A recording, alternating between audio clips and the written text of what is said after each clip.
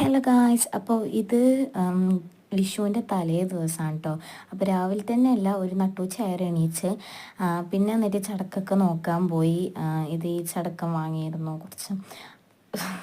പിന്നെ നമ്മളിതേ കുറച്ച് മറ്റേ പൂരിയും മീൻകറിയും കൂട്ടി എനിക്ക് ഭയങ്കര ഇഷ്ടപ്പെട്ടിരുന്നു കേട്ടോ ആ ചെമ്മീൻകറി.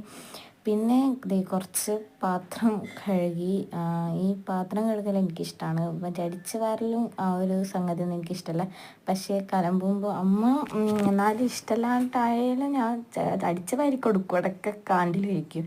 പക്ഷെ പാത്രം കഴുകി കൊടുക്കൽ ഇപ്പോൾ കുറച്ച് വെക്കേഷനിൽ കുറച്ച് പതിവായിട്ടുണ്ട് കേട്ടോ. പിന്നെ ഇത് കുറച്ച് ഈസിയാണെന്നാണ് എൻ്റെ ഒരു നിഗമനം.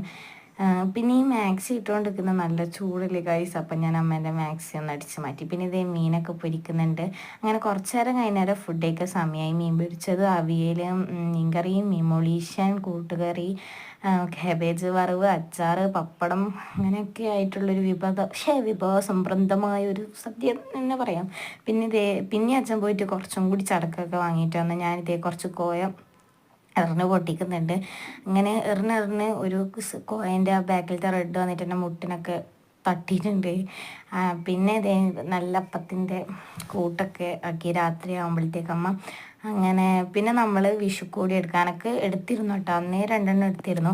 പിന്നെ കുറച്ച് കുറച്ച് പൈസ എൻ്റെ ഉണ്ടായിരുന്നു. അപ്പോൾ ഞാൻ അതിനെക്കൊണ്ട് ഒരു ഡ്രസ്സ് എടുക്കാമെന്ന് കരുതി. അങ്ങനെ ഇതേ കണ്ണാടി കണ്ടേരം പട്ടിഷോ കളിക്കുന്നതാണ്. പിന്നെ ഞാൻ അച്ഛന് ഡ്രസ്സ് എടുക്കാൻ പോയിട്ടുണ്ടായിരുന്നു. എൻ്റെ പൈസ കേട്ടോ, അച്ഛൻ്റെ പൈസയാണ്. എനിക്ക് എടുത്തത് മാത്രം എൻ്റെ പൈസനെ കൊണ്ട്. പിന്നെ ഒരു ഗുണ്ട് ഞാൻ പേപ്പർ വെച്ചിട്ടാണ് പൊട്ടിച്ചത്. പിന്നെ ഇനി അത്രയേ ഉള്ളൂ ഗായ്സ്.